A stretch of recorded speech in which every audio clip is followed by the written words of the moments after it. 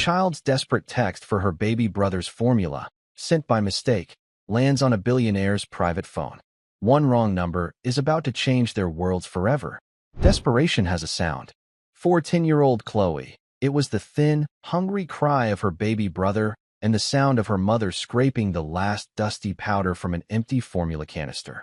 With only $3.41 in the bank and an eviction notice on the door, her mother's pride wouldn't let her beg for help. So Chloe did it for her. She grabbed her mother's phone to text her uncle for $40, just enough for the baby formula. But in her haste, she mistyped one single digit. 3 miles away, in a skyscraper office, the private phone of a ruthless billionaire CEO buzzed, and a message from a stranger appeared, begging for money for a baby named Leo. And where in the world are you watching from today? Let me know in the comments below. I truly hope you enjoy the story. A 10-year-old girl held her breath, ready to save her family with a single text. Her mother, Sarah, stared at the eviction notice taped to their apartment door, her pride the only thing she had left. But pride could not feed her baby son. 10-year-old Chloe Jensen watched her mother, Sarah, from the doorway of their cramped kitchen. Sarah's hands were shaking as she held the canister of baby formula. It was almost empty. Chloe watched as her mother scooped out the last dusty bit of powder, scraped the sides, and then added far too much water to the bottle. Leo, her 6-month-old baby brother, fussed in his bassinet in the living room. His cries were thin and hungry. "Mom?" Chloe asked, her small voice cutting through the tension. Her blonde hair was pulled back in a messy ponytail. Sarah flinched, startled. She quickly screwed the cap onto the bottle, hiding the watery, pale blue liquid. "It's okay, honey. Leo's just fussy." "He's hungry, Mom," Chloe said. It wasn't an accusation. It was a fact. Tears sprang to Sarah's eyes, hot and angry. She hated this. She hated the desperation. She hated the chipped laminate countertop and the peeling paint. Most of all, she hated the fear. She had exactly $3.41 in her checking account. Her freelance bookkeeping clients had dried up. The cleaning jobs she took for cash barely covered the electricity. On the wall above their tiny dining table hung a framed photograph. It was her grandfather, General Michael "Iron Mike" Jensen. He was a war hero, a man who had faced down enemies and commanded armies. His stern, proud face seemed to look at her with disappointment. "Jensens don't fold," he had always said.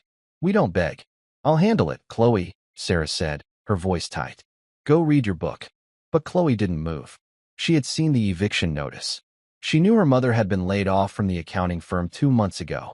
She knew her uncle Mark, Sarah's brother, had just moved to Texas for a new job.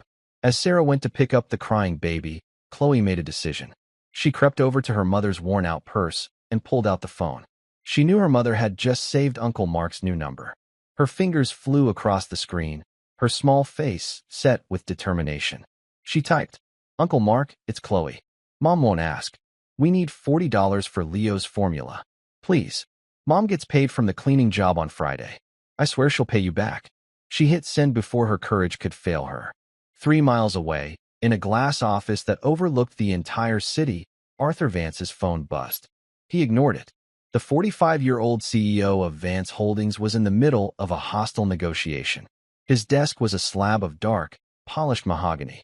His suit was worth more than Sarah's rent for a year. "The board will not accept a lower valuation, Vincent," Arthur said, his voice a low growl. His chief financial officer, Vincent Thorne, shifted in his seat. "Arthur, the numbers are soft. If we push too hard, they'll walk," Vincent argued. "Then let them walk," Arthur said. He ran a hand through his thick, salt and pepper hair. He was tired. Tired of the meetings, tired of the numbers, and tired of the empty penthouse he went home to every night. His phone buzzed again. An insistent, annoying sound. "Excuse me," he said, cutting Vincent off. He picked up the phone, expecting an update from the legal team. Instead, he saw the message from an unknown number. "Uncle Mark, it's Chloe. Mom won't ask. We need $40 for Leo's formula."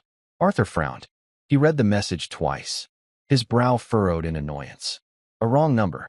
A pathetic, desperate wrong number. He was about to delete it when the name Leo caught his eye. His heart gave a painful lurch. His daughter, Emily, who had been gone for 5 long years, had a stuffed lion. She had named it Leo. He shook the memory away. It was a coincidence. But something about the raw desperation in the text, the 10-year-old girl trying to protect her mother, made him pause. He typed a quick reply. I think you have the wrong number. I'm not Mark. In the apartment, Chloe stared at her mother's phone, her heart sinking. The reply popped up. Sarah, who was walking Leo back and forth, heard the ping. Who is that, Chloe? Is that your teacher? I don't know. Chloe stammered. Sarah put the baby down and walked over. She read the reply, then saw the message her daughter had sent. Her face went pale with mortification. Chloe, no? What did you do? Sarah cried, grabbing the phone. You typed the number wrong. You sent this to a stranger. Chloe's eyes filled with tears. I just wanted to help. Leo is hungry. I know, Sarah whispered, pulling her daughter into a fierce hug. The shame was so thick she could barely breathe. She felt her grandfather's eyes on her from the photograph. We don't beg. Her hands trembled as she typed a reply to the stranger. I am so deeply sorry. My daughter sent that by mistake. Please delete it. Wrong number. She tossed the phone onto the couch as if it were on fire. She buried her face in her hands. She had failed. She was a failure as a mother, a failure as a bookkeeper, and a failure as a Jensen. Arthur Vance read the apology. My daughter sent that. He should have let it go. He should have called Vincent back into his office and finished the merger details. This was not his problem. He had enough of his own. But he couldn't shake the image of a child. A hungry baby. A desperate mother. He thought of Emily. He thought of the weeks he had spent in the hospital, willing to give every dollar he had, every building he owned, just for one more day. His fortune had been useless then. He surprised himself by typing again. Is the baby okay? Sarah's phone pinged. She stared at it, confused. Why would this person write back? Her first instinct was fear. She had heard stories. Strangers on the internet. Predators. But exhaustion and desperation were stronger than her fear. She picked up the phone. We will manage, she typed curtly. Sorry to have bothered you. The reply was almost instant. It's no bother. I can help. Sarah snorted. Help. In her experience, help from a man always came with strings. Heavy, suffocating strings. I don't accept money from strangers, she replied. In his office, Arthur almost smiled. He respected that. She had pride. My name is Arthur, he typed. Now I'm not a stranger. What kind of formula does Leo need? Sarah's breath caught. He was being kind. But the suspicion remained. Why would you do this? You don't know me. Arthur looked out his window at the city skyline. His CFO would say he was avoiding work. His ex-wife would say he was being impulsive. They were both right. Let's just say I understand what it means to worry about a child, he wrote. And I'm in a position to help. Please, just let me send you the $40.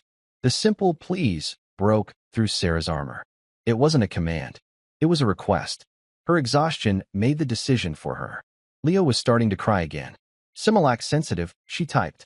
It's the only one he can keep down. It's the expensive one. She hated admitting that.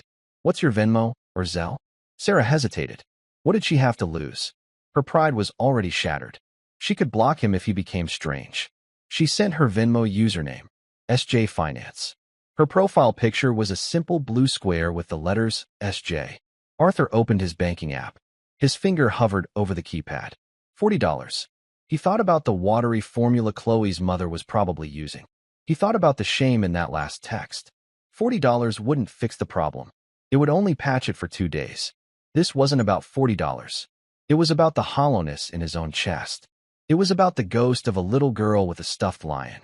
He typed, $500. He hit send. Sarah's phone buzzed with the notification. She opened the app, expecting to see $40. She gasped, her hand flying to her mouth. Arthur Vance sent you $500. Mom, Chloe asked, peering around the corner. Sarah sank onto her threadbare couch. She couldn't speak. The tears that she had held back for weeks, when she was laid off, when her brother moved, when the eviction notice appeared, finally came. She wept, silent, racking sobs for her failure, and for this impossible, terrifying kindness. She fumbled with the phone. This is too much. I can't accept this. I only needed $40. I will send the rest back. Buy groceries, Arthur replied. And buy something for your daughter. Consider it a loan. Pay it back when you can. Just take care of your children. Sarah stared at the words, her vision blurry. Thank you, she typed. I don't know what to say. Thank you, Arthur. The reply came a moment later. You're welcome, Sarah. Take care of Leo. Sarah's crying stopped instantly. A chill, colder than the winter air outside, crept up her spine. Her blood ran cold. She looked at the phone, her heart pounding against her ribs. She scrolled up. Chloe had written Leo's formula in the first text, so he knew the baby's name. But she had never, ever typed her own name. She frantically checked her Venmo account. The username was SJ Finance. The name on the account was just S. Jensen.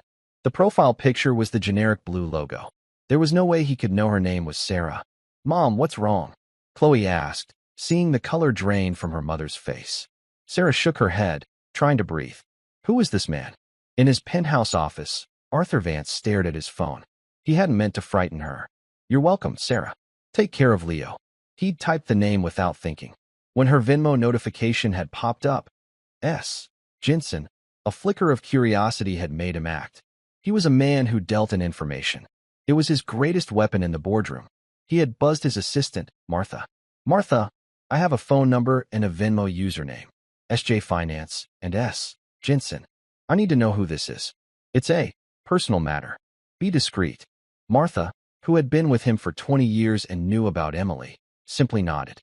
"Of course, Mr. Vance." 5 minutes later, a file was on his screen. The phone number was registered to Sarah Jensen. The Venmo account was linked to a closed freelance bookkeeping business. A quick search of public records showed an address in a low-income neighborhood. A lien on her car. A recent layoff from a mid-level accounting firm. And then he saw her listed relative, Michael, Iron Mike, Jensen. Arthur leaned forward. He knew that name. Everyone knew that name. General Jensen was a legend, a man of profound, unshakable integrity from the last Great War. Arthur's own father had served under him.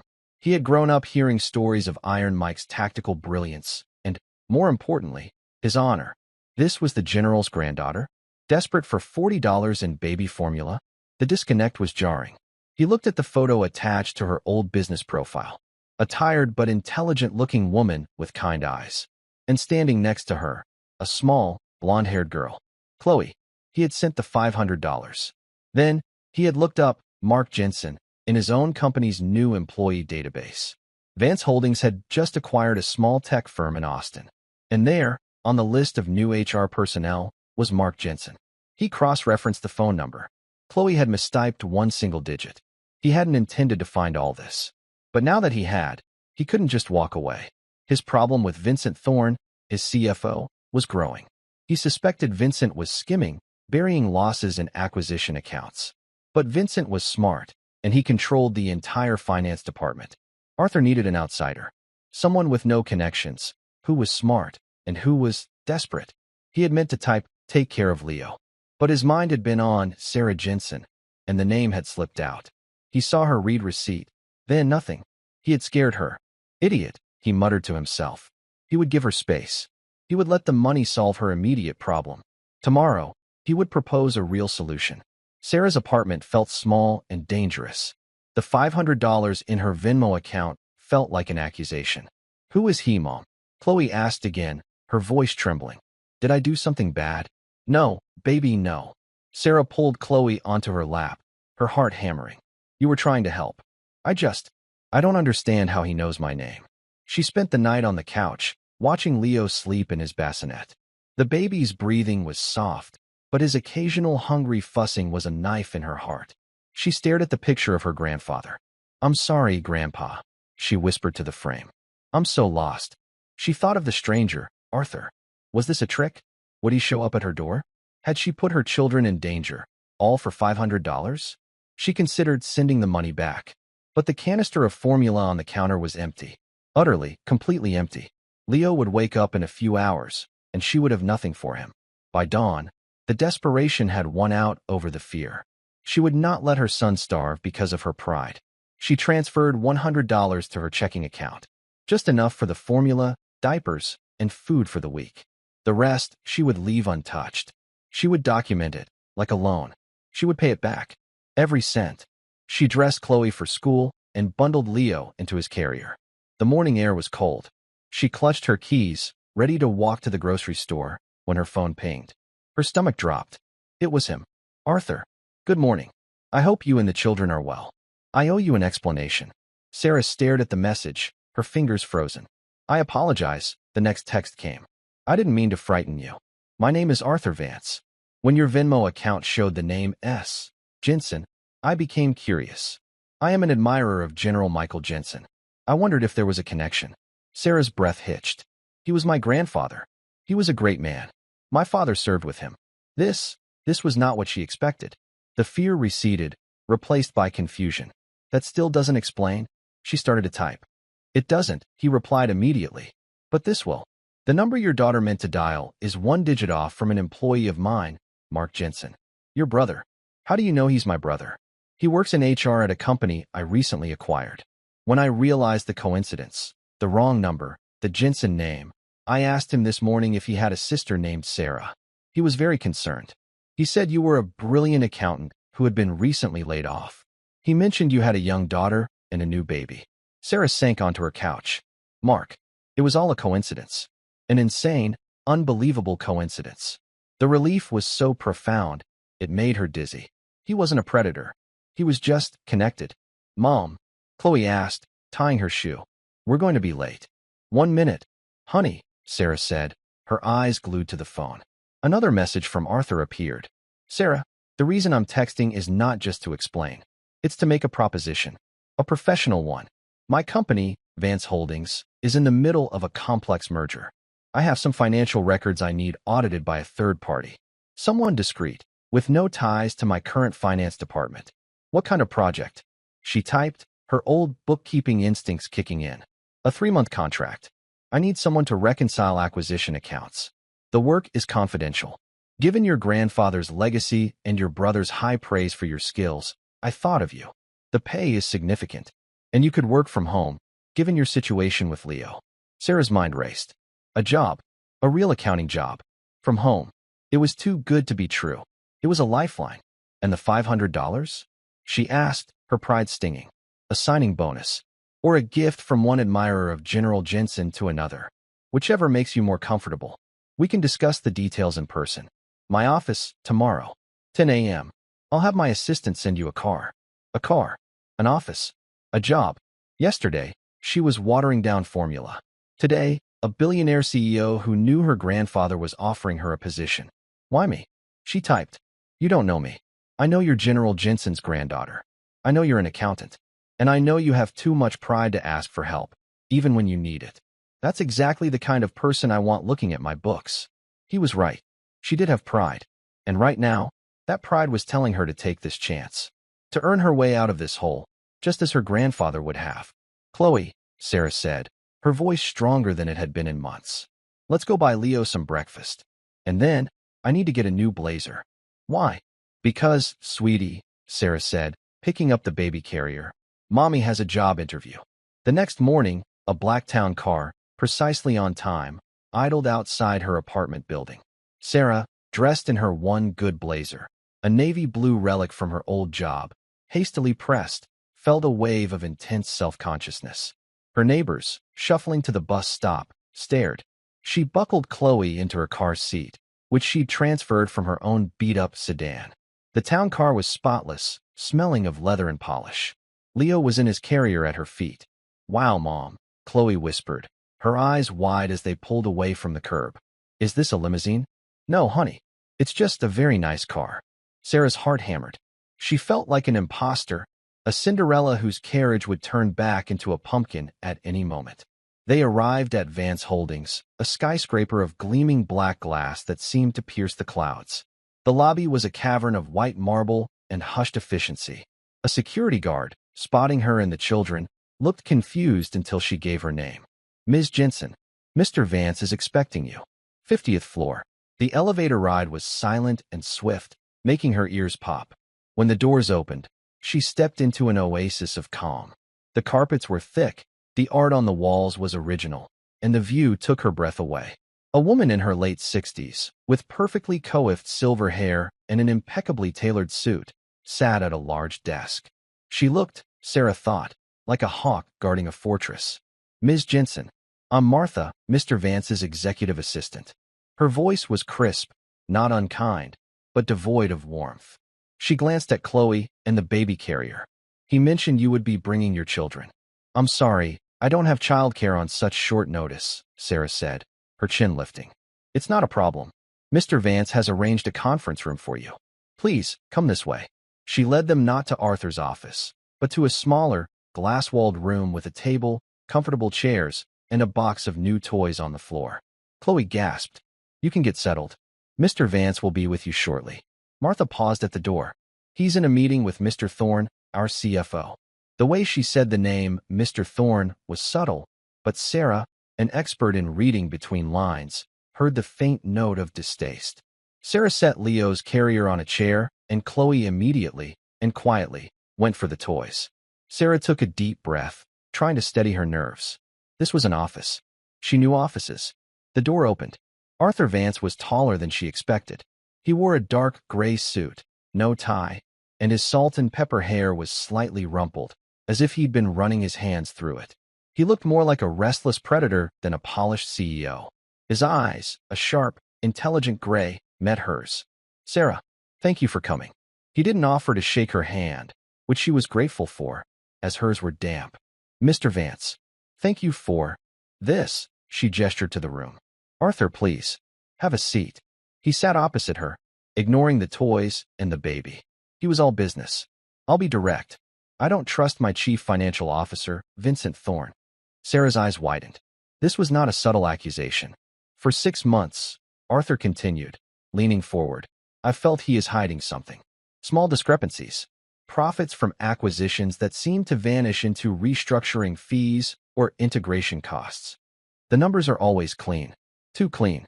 My internal auditors, who all report to him, find nothing. I need a fresh set of eyes. Eyes that don't owe him anything. He slid a tablet across the table. These are the finalized ledgers from the Austin Tech acquisition. The one your brother works for. Vincent signed off on them yesterday. Sarah, suddenly, was no longer a desperate mother. She was an accountant. This, she understood. She picked up the tablet. Her fingers flew, scrolling through spreadsheets, cross-referencing summaries with line-item expenditures. Her brain, rusty and tired, clicked into gear. For 5 minutes, the only sound was the clicking of the tablet and Chloe's quiet play. Here, Sarah said, pointing to a row of code.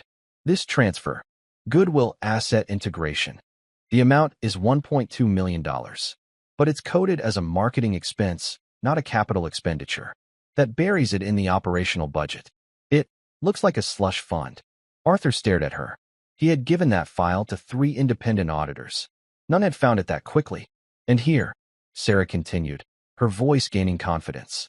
These travel reimbursements. They're bundled. $250,000. There are no receipts itemized. It's just a lump sum approved by Vincent's office. That's not just sloppy. It's deliberate. Arthur Vance felt the first genuine flicker of hope he'd had in months. She was good. She was very good. That's exactly it, he said. Why not just fire him? Sarah asked, looking up. Because he's woven himself into the company. He controls our credit lines. If I move on him without concrete, undeniable proof, he'll paint me as an unstable CEO. Our stock will plummet, and the board, which he has spent years charming, will replace me.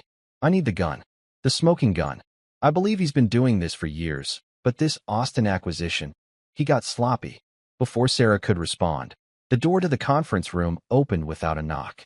A man stood there, impeccably dressed in a suit that looked painted on. He was handsome, with slick, dark hair and a smile that didn't reach his cold, calculating eyes. Arthur, he said, his voice smooth as silk. I was told you were in here.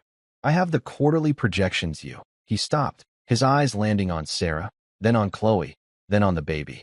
His smile faltered, replaced by a look of faint, dismissive curiosity. Vincent, Arthur said, his voice flat. This is Sarah Jensen. She'll be conducting the third-party audit on the Austin acquisition. Vincent Thorne's gaze snapped back to Sarah. It was sharp, like a physical strike. An audit? I wasn't aware we were bringing in a consultant. A new precaution, Vincent. Board request, Arthur lied smoothly. Ms. Jensen comes highly recommended. Vincent held his smile, but his eyes were ice. He looked Sarah up and down, taking in her discount store blazer and the clear exhaustion in her face. He saw no threat. He saw a cleaning woman who had wandered into the wrong room. Ms. Jensen, he said, the name dripping with condescension. A pleasure. I'm sure my team will provide you with anything you need. Though I must say, our books are immaculate. You'll find your time here very boring. I'll be the judge of that, Mr. Thorne, Sarah said, her voice quiet but firm. She held his gaze. The shift in the room was electric. Vincent's smile tightened. He had expected her to be cowed. She wasn't. Of course, he said. He placed his file on the table. Arthur, my projections. He turned and walked out, the door clicking shut behind him. Sarah let out a breath she didn't know she was holding. Now you see, Arthur said quietly. He's dangerous, Sarah whispered. He is. Which is why you will work from home. You will have access to our servers via this.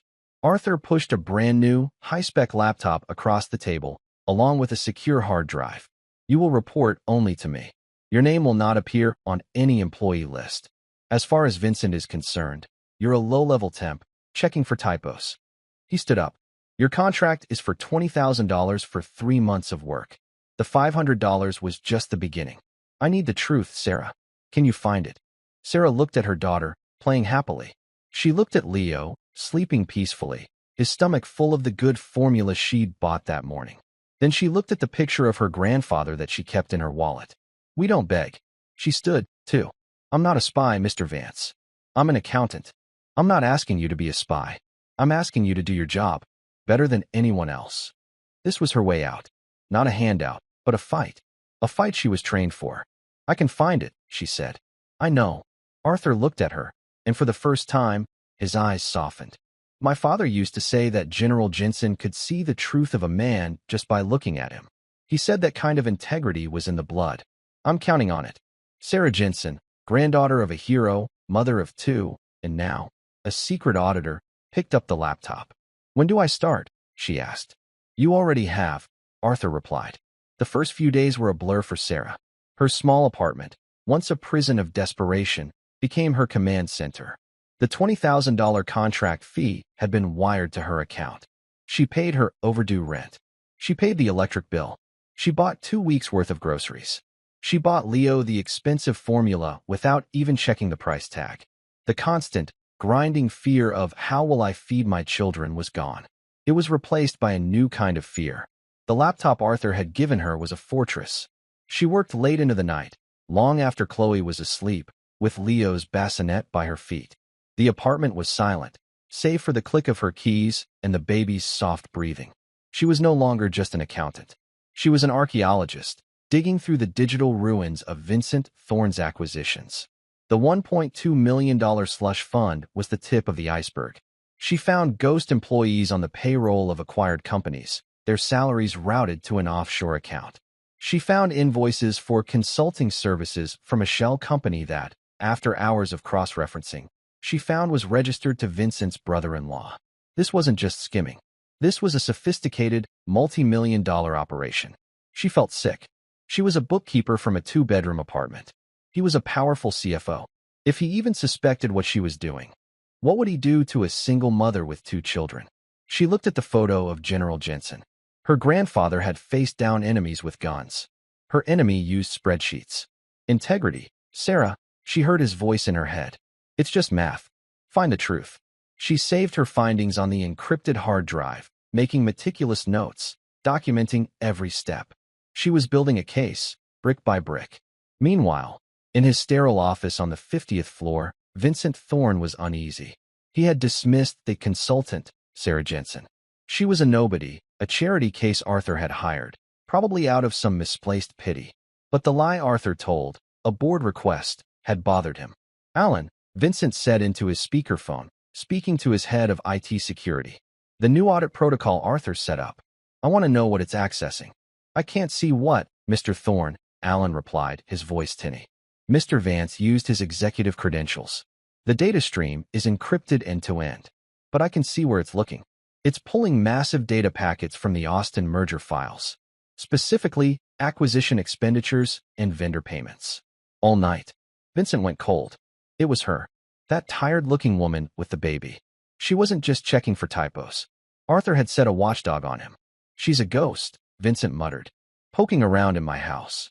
Sir, I want you to track her login, Vincent commanded. I want to know the second she accesses the server. And I want you to prepare a new file. A honeypot. We're going to leak some new vendor invoices into the Austin file. Make them look tempting. Make them look like the exact kind of sloppy bookkeeping she's hunting for. What will they lead to? Alan asked. They will lead to a dead end, Vincent said, a cruel smile touching his lips. But they will also plant a tracker on her machine. I want to know who this ghost is, where she is, and exactly what she finds. It's time to see if she's smart enough to be a real threat, or just a stray dog Arthur picked up. The pressure was getting to Sarah. She was home, but she was barely present. She made Chloe breakfast, her eyes scanning the laptop screen. She fed Leo, her mind tracing wire transfers. One afternoon, Chloe came home from school and slumped at the kitchen table. How was school, honey? Sarah asked, her fingers flying across the keyboard. Fine. Did you finish your math homework? Yes. The silence stretched. Sarah, sensing the mood, finally looked up. Chloe was just staring at the table, her blonde hair hiding her face. Chloe? What's wrong? Chloe didn't answer. Sarah's heart clenched. She got up, knelt by her daughter's chair, and gently pushed her hair back. Chloe's eyes were red. Sweetie, talk to me. It's just, Chloe whispered, her lower lip trembling. Ashley said my shoes are ugly. They're the ones from the church donation box. Everyone in my class has new light-up sneakers. Sarah's stomach dropped. The shoes. She had paid the rent and bought food, but she hadn't even thought about clothes. She had been so focused on the $40 million theft that she had missed her own daughter's quiet shame. And, Chloe continued, the words tumbling out, the field trip to the museum is next week. The permission slip is in my bag. It's $30. I told Ashley we couldn't go. She said, of course you can't. You're poor. Sarah pulled her daughter into a fierce hug, her own eyes burning with tears. The $500 from Arthur had felt like a miracle. The $20,000 contract had felt like a lifeline. But this was the reality. The wounds of poverty didn't heal overnight. Oh, baby, I'm so sorry, Sarah whispered into her hair. You're right. I've been busy. But you know what? She pulled back, wiping Chloe's tears. You are going on that field trip. And after school tomorrow, we are going to the mall. You are getting the brightest, most obnoxious light-up shoes they have. Chloe's eyes widened. Really? Really? Sarah's resolve hardened into steel. This wasn't just about integrity anymore. It wasn't just about helping Arthur Vance. It was about Ashley. It was about $30 field trips and light-up shoes. Vincent Thorne wasn't just stealing from a corporation.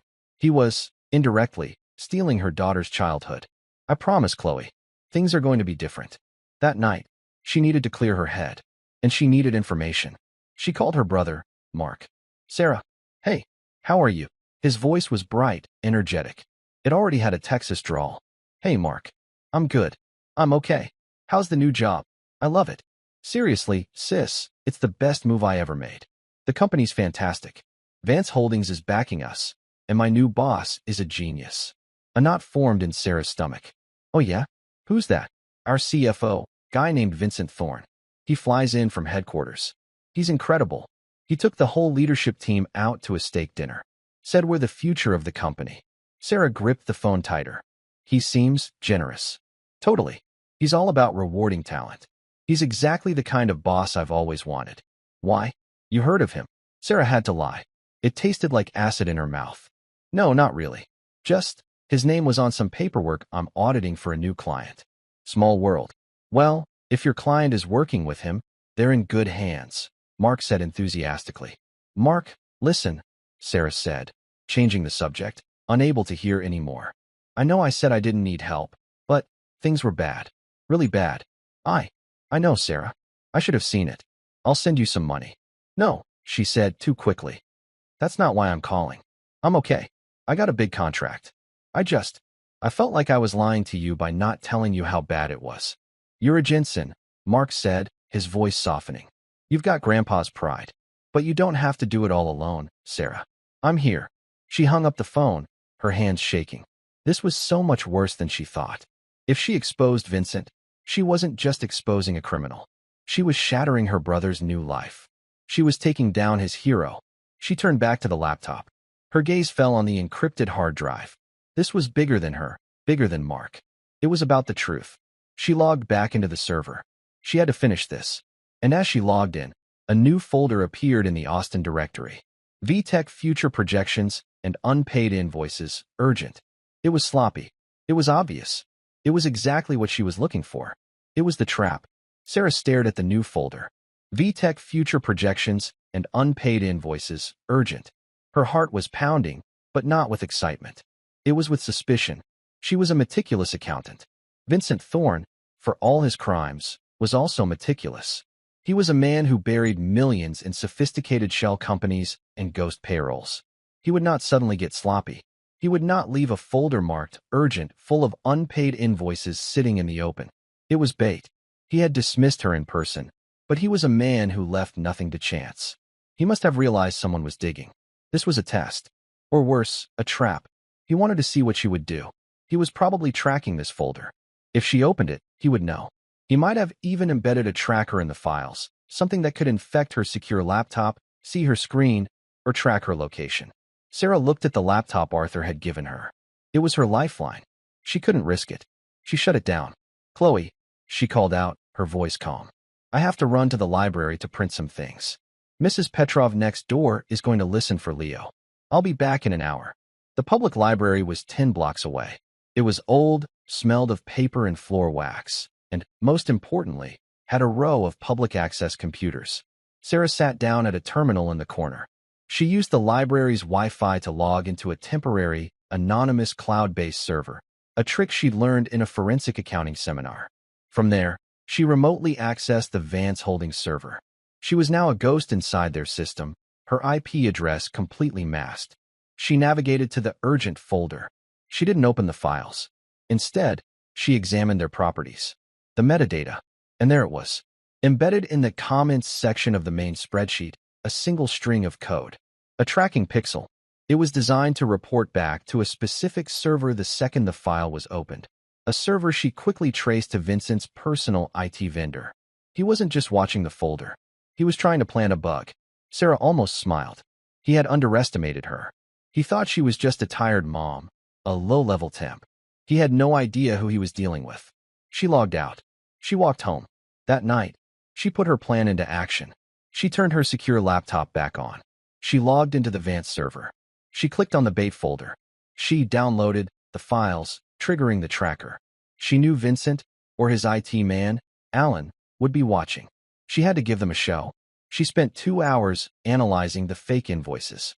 She then opened a new document on her laptop, a document she titled Audit Report, Preliminary. She wrote, "Preliminary findings show significant discrepancies in the VTech unpaid invoices folder. Several vendors appear fraudulent, with payments authorized by a junior manager. This points to potential mid-level fraud. Estimated impact, $85,000. She made it sound competent, but not brilliant. She made it sound like she had found exactly what he wanted her to find. She made it seem like her investigation would now focus on this $85,000 red herring. She saved the file, closed her laptop, and went to bed. On the 50th floor, Alan, the IT head, forwarded the alert to Vincent Thorne, who was enjoying a late-night scotch in his penthouse. She took the bait, Mr. Thorne. Alan's email read. "The tracker is active. We can now see her local file directory. Attached is a screen cap of the report she's writing. She's chasing the $85,000. Vincent laughed out loud. $85,000. It was perfect. He had been worried for nothing. This Sarah Jensen was exactly what he thought. A book pusher, not a hunter. She was no threat at all. "Good," Vincent replied. "Let her chase it for a few more days. Then, Arthur can pay her for her audit, and she can go back to her pathetic life. End her server access on Friday. I'm tired of this distraction." He took a sip of his scotch. He was already thinking about his next acquisition. For the next 3 days, Sarah was the model of a bad investigator. She logged in, poked around the fake files, and made copious notes in her dummy report. But when she was offline, the real work began. She knew the tracker on her laptop was a liability, so she didn't use it. She went back to the library. Every day, for 3 hours, while Chloe was at school and a trusted neighbor watched Leo, Sarah used the public terminals. Vincent was expecting her to be digging in the Austin acquisition. He was watching the front door, so Sarah went around to the back. She stopped looking at the subsidiaries. She started looking at the parent company, Vance Holdings. She wasn't looking for stolen money. She was looking for wash money. Where did the money go after it was stolen? She bypassed accounts payable. She bypassed acquisitions. She went to a place she knew no one ever audited with any real scrutiny: corporate philanthropy. Vance Holdings donated tens of millions of dollars a year. It was good PR. She pulled the master list of donations. The opera, the ballet, the children's hospital, all legitimate. Then she started cross-referencing the donation dates with the dates of Vincent's acquisitions. January 10th, Austin acquisition closes. January 12th, Vincent authorizes $1.2 million transfer from Austin restructuring slush fund. January 14th, Vance Holdings makes a $1.2 million donation to the Trident Maritime Foundation. The amount was an exact match. Sarah's blood ran cold. This was it. She had never heard of that foundation. She searched the IRS database of registered nonprofits. Nothing. She searched state databases. Nothing. It was a shell. A very, very good one. She did one last search. She looked for the foundation's registration papers. She found them, filed in the Cayman Islands. The listed president of the foundation was an attorney. But the corporate signatory, the man with authority over the bank account, was Vincent Thorne. He wasn't just stealing the money. He was routing it through the company's own charity books, claiming a tax deduction for it, and then pocketing it in an offshore account. He hadn't just built a slush fund. He had built a revolving door. She saved everything to the encrypted hard drive, the wire transfers, the Cayman registration, the signature pages. She had the smoking gun. She had the bullet. She had the fingerprints. She picked up her phone. She texted Arthur. I have it. All of it. He's washing the money through the corporate philanthropy accounts. I have the account numbers. We need to meet. Not at your office. Not at my home. The diner on 5th and Grand. Tomorrow, 9 a.m. Come alone. The next afternoon, Sarah left the library. But she didn't go straight home. She went to the bank and withdrew $100. Then she went to the mall. Chloe met her after school, her face still carrying that quiet, resigned sadness. What are we doing here, Mom? You'll see. Sarah walked her into the children's shoe store. Go ahead, Sarah said, pointing to the wall of sneakers. What? Pick a pair. Any pair. Chloe's eyes went wide. She pointed, her finger trembling slightly. Those. They were magnificent. They were bright pink, covered in glitter, and had plastic, light-up butterflies on the heels. They were, Sarah thought, the most wonderfully tacky shoes she had ever seen. Good choice. 10 minutes later, Chloe was walking out of the store, her feet flashing pink and white with every step. She wasn't walking. She was stomping. Stomping to see the lights. A huge, brilliant smile was plastered on her face. Ashley is going to freak out, Chloe breathed, her voice full of awe. Sarah took her daughter's hand. The shoes were just shoes. But they were also a promise. She had told Chloe things would be different. She was going to keep that promise. She was done being scared. She was done being poor. She was General Jensen's granddaughter. And tomorrow, she was going to war. The diner on 5th and Grand was a relic. It had cracked vinyl booths, a long Formica countertop, and a waitress who looked like she'd been working there since it opened. It smelled of old coffee and frying onions. It was the last place on earth anyone would look for a CEO worth billions. Sarah arrived at 8:50 a.m. She took a booth in the back, facing the door. She had Leo and his carrier at her feet. She had the encrypted hard drive in her coat pocket. Her hand rested on it. At 9 a.m. on the dot, Arthur Vance walked in. He looked completely out of place. His tailored overcoat probably cost more than the diner's monthly profits. He scanned the room, saw her, and slid into the booth opposite her. He looked tired. He looked stressed. The waitress came over. What'll it be, folks? Coffee, black, Arthur said. Just water, please, Sarah said. The waitress left. Arthur leaned forward. You said you have it. Sarah didn't say anything. She just slid the small, encrypted hard drive across the table. It's all on there, she said, her voice low. He's not just stealing. He's washing it. He's using the company's own philanthropy accounts. Arthur frowned. What? He set up a shell? A fake nonprofit called the Trident Maritime Foundation. It's registered in the Caymans. He's the signatory. She explained it, step by step. How he stole from the acquisition funds. How he transferred the exact same amounts to his fake charity, disguised as a corporate donation. He's been claiming a corporate tax deduction for the money he steals, Sarah finished. He's stealing from you. Then he's using your own books to get a tax break on the theft. It's It's almost brilliant in a sick way. Arthur Vance sat back, his face pale. This was worse than he could have imagined. Skimming was one thing. This was a fundamental betrayal. He had been proud of his company's charitable giving. Vincent had turned his father's legacy into a personal laundromat. The waitress brought the coffee. Arthur stared into the black liquid. "How did you find this?" he asked, his voice a low rumble. "He's been watching you. My IT head told me Vincent's team planted a tracker. They said you were chasing an $85,000 ghost." "I let them think that," Sarah said simply. "I let them watch my laptop. I did the real work at the public library. He thought I was a temp. He thought I was stupid. He underestimated me." Arthur looked at her, really looked at her. The tired, desperate woman from his office was gone. In her place was a sharp, cold-eyed analyst. He saw the shadow of her grandfather in her profile. That same unshakable, clear-eyed focus. Integrity in the blood. "He's not the only one who underestimated you," Arthur said. "I did too. I hired you to find a leak. You found a conspiracy. He's a criminal, Mr. Vance. He's not just an embezzler. He's a fraud. The evidence is all there. Wire transfers, bank codes, the Cayman registration papers with his signature." "What about your brother?" Arthur asked quietly. "Mark. He loves his new job. He admires Vincent." Sarah flinched. This was the part that had kept her up all night. "My brother is a good man," she said, her voice tight. "He's also a victim. Vincent is using him, just like he's using everyone else. The truth is the truth. Mark will have to see it. I won't let my family be a shield for that man." Arthur nodded, a new, cold resolve settling in his features. He had been hesitant. He had worried about the board, the stock. But this was personal. "What do you need?" Arthur asked. "I need you to call a full, emergency meeting of the board. Today. Not in the main conference room. Get them to your private study. I need him to feel comfortable. I need him to walk into a room he can't control. And then you let me present my findings," Sarah said. "He won't be able to run. He won't be able to hide. It's just math. And the numbers don't lie." Arthur took a sip of his coffee. It was bitter and burnt, but it felt right. He pulled out his phone. "Martha," he said into the phone. "Clear my schedule. Get every board member to my personal study in 2 hours. Tell them it's a matter of corporate survival. And find Vincent Thorne. Tell him I need him there. Immediately." He hung up.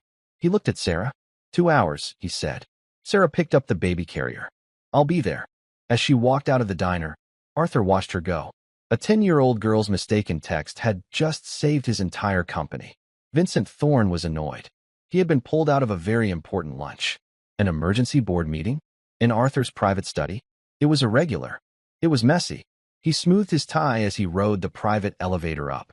He was sure this was just Arthur having another panic attack about the merger. He would have to calm him down, as usual. He felt a flicker of annoyance at the Sarah Jensen problem. He had told Alan to cut her access this morning. That distraction was over. He walked into Arthur's study.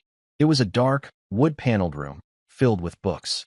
The board members, 5 of them, all older, powerful men and women, were already seated. They looked confused and concerned.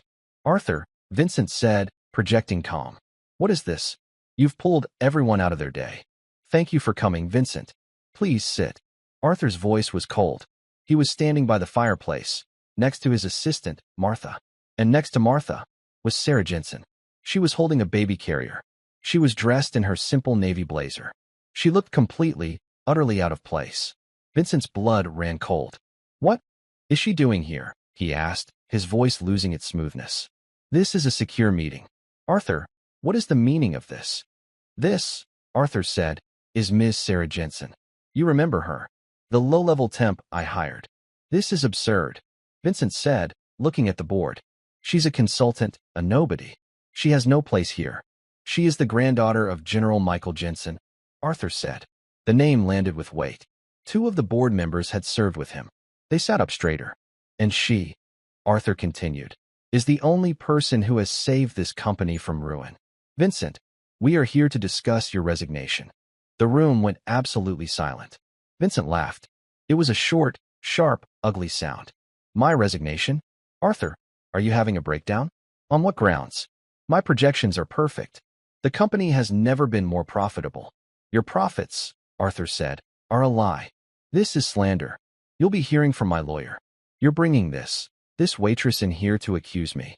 He pointed a shaking finger at Sarah. A desperate, broke single mother you hired out of pity. What did you offer her, Arthur? How much did you pay her to say this? Sarah stepped forward.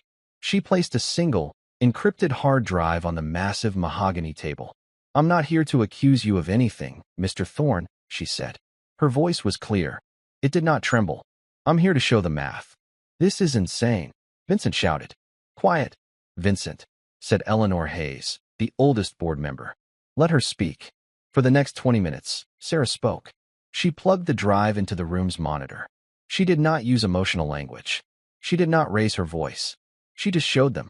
The spreadsheets, the slush funds, the ghost employees, and then the final stroke. The Trident Maritime Foundation. Mr. Thorne didn't just steal $40 million over 5 years, Sarah explained, her cursor hovering over the final wire transfer. He disguised it as corporate charity. He stole the money. Then he used the theft to claim a tax deduction for the company. A deduction that, I found, was used to justify his own executive performance bonus. A board member gasped. She's lying. Vincent roared, lurching to his feet. The files are fakes. She's a hacker. The files are from your own server, Vincent, Arthur said. She found the ones you didn't plant for her. The $85,000 honeypot was a nice touch. But she's smarter than that. Vincent's face went white. He knew. He knew he was caught. He looked around the room, his eyes wild. He was trapped. He saw no allies. He saw only cold, disgusted faces. He turned, his gaze landing on Sarah. It was filled with pure, unadulterated hate. You, he hissed. You did this. He took a step toward her. Arthur moved, but Sarah stood her ground. You think you're a hero? Vincent sneered. What about your brother? Mark? Your stupid, naive brother. He loves his job. He loves me. When I am gone, this entire division, this Austin project, it collapses. His job is gone. You didn't just ruin me. You ruined your own family. You're just like your mother. A failure. A broke, pathetic failure who takes everyone down with her.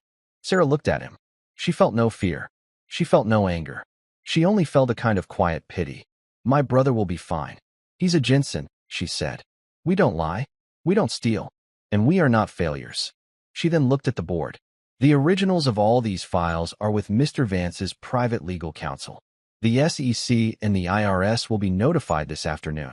Your own internal security logs will show every step I took. It's all there. Vincent Thorne stared at her, his chest heaving. He was done. The precision of it, the absolute, cold-blooded completeness of her work, it was perfect.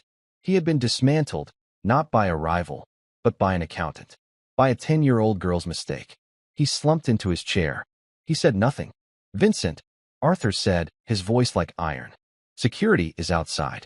You will be escorted from the building. Do not go home. The police will be waiting for you there. Security escorted Vincent Thorne from the study. The silence he left behind was heavy. The board members looked at Sarah, who was calmly gathering her things, as if she hadn't just decapitated the company's second-in-command. Eleanor Hayes, the eldest board member, rose slowly from her chair. Ms. Jensen, she said, her voice raspy with emotion. I served on a charity board with your grandfather. He was a man of profound integrity. He would be impossibly proud of you. Thank you, ma'am, Sarah said quietly. She picked up Leo's carrier. The baby had slept through the entire meeting. Sarah, Arthur said, stepping forward. He, too, looked stunned. Go home. Martha will arrange a permanent car service for you. Take the rest of the week. Take the month. We need to process this. And we have a vacancy to fill. Sarah simply nodded. She was too tired to talk. She was an accountant, not a corporate executioner. As she walked out, the board members rose to their feet. It wasn't a standing ovation. It was a gesture of respect. That night, her apartment felt small, but it was finally safe. Chloe was asleep, her new light-up shoes by her bed, flashing faintly in the dark. Sarah sat on her couch, the same couch where she had wept in desperation, and called her brother. Mark. Sarah, what's going on? His voice was panicked. I just got an alert. The Austin division is frozen. They arrested Vincent Thorne. They're saying it's fraud. It's not true, is it? Sarah took a deep breath. Mark, it is true. All of it. I'm the one who found it. There was a long, terrible silence on the line. You, he finally whispered. How? What do you mean, you? He was a criminal, Mark. He was stealing millions. He was using everyone, including you. I, I feel like an idiot, Mark said, his voice cracking. I told you he was a hero. I'm going to lose my job, aren't I? No, Sarah said, her voice firm. You're not. I've already spoken to Arthur Vance. The Austin division is solid. It just needs honest leadership. He knows you're a good man. You're a Jensen, and he needs someone there he can trust. Mark was quiet for a moment. You saved me, he whispered. No, Mark. We saved each other. 1 month later, Sarah walked Chloe to her new school. It was a private academy with brick buildings and green lawns. Chloe, wearing her new uniform and her light-up shoes, which she refused to give up, ran ahead to join a group of new friends, laughing. Sarah watched her go, a smile on her face, before walking 2 blocks to the Vance Holdings Tower. She rode the private elevator to the 50th floor. She walked past the CFO's old office, which was dark and empty, and into a newly created office. The glass door read, Sarah Jensen, Head of Internal Audit and Risk Management. Leo was in the company's executive daycare, and her new salary was more than she had ever made. Her desk was clear, save for 2 framed photos. One was of Chloe and Leo. The other was her grandfather, General Jensen, in his full-dress uniform. Arthur Vance stopped by her door. Settling in, Sarah? It's a lot to get used to, she said, motioning to the panoramic view. You've earned it. By the way, he said, I've been meaning to give you this. A housewarming gift for the office. He handed her a small, elegant silver frame. Sarah looked at it. It wasn't a photo. It was a screenshot of a text message printed on high-quality paper. Uncle Mark, it's Chloe. Mom won't ask. We need $40 for Leo's formula. Sarah looked up, confused. I keep a copy on my own desk, Arthur said, his voice soft. It reminds me that my entire company, my father's legacy, was saved by a 10-year-old girl who just needed to feed her brother. Tears welled in Sarah's eyes. She placed the frame on her desk, right next to her grandfather. It reminds me, Sarah said, her voice steady, that you should always double-check the number before you hit send. Arthur smiled. Welcome to the company, Ms. Jensen. He left her to her work. Sarah sat back in her chair, the little girl's desperate text sitting beside the general's proud gaze. She looked out the window, at the whole city stretching before her, and for the first time in her life, she felt truly, completely safe. And that's where we'll leave Chloe, Sarah, and Arthur. A reminder that sometimes the right number is the one you dialed by mistake. My hope is that this story gave you a moment of escape, a chance to step away from the everyday. I'd love to know where this story found you. Maybe you were settling in with a cup of tea or just winding down for the night. Drop a line in the comments. And if you want to make sure you catch the next one, please hit like and subscribe. We're always trying to make these stories better, so feedback is always welcome. Thank you for being here with me today.